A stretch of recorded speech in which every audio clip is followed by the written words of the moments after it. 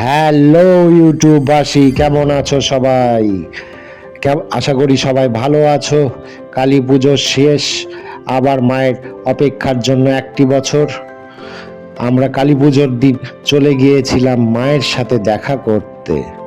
তাই আমি আর আমার বোন বেরিয়ে পড়লাম, গাড়িতে উঠে পৌঁছে গেলাম কালিয়াগঞ্জ বয়রা মায়ের মন্দিরে। এখানে পৌঁছতেই দেখলাম মায়ের মন্দিরকে খুব সুন্দরভাবে সাজানো হয়েছে। মায়ের জন্য সামান্য কিছু ভোগ প্রসাদ নিয়ে আমরা উপস্থিত হয়েছিলাম বয়রা মায়ের কাছে আশীর্বাদ নিতে। সামনে আমার বোনের মাধ্যমিক পরীক্ষা, তোমরা সবাই তাকে আশীর্বাদ করে দিও। এবং মায়ের কাছেও আমরা আশীর্বাদ চেয়ে নিলাম।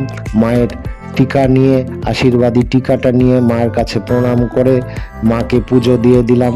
মাকে দেখতে যেন একটা অন্যরকম লাগছিল সেদিন, খুব অসাধারণ। এখানে এই মায়ের আমার জন্মের জন্য একটা আলাদা একটা গল্প রয়েছে, সেটা না হয় একটা অন্য ভিডিওতে তোমাদের সাথে শেয়ার করব। ওখানে পুজো দিয়ে একদম আসতে ইচ্ছে করছিল, মনটা কেমন খারাপ লাগছিল। আবার দেখা হবে মা।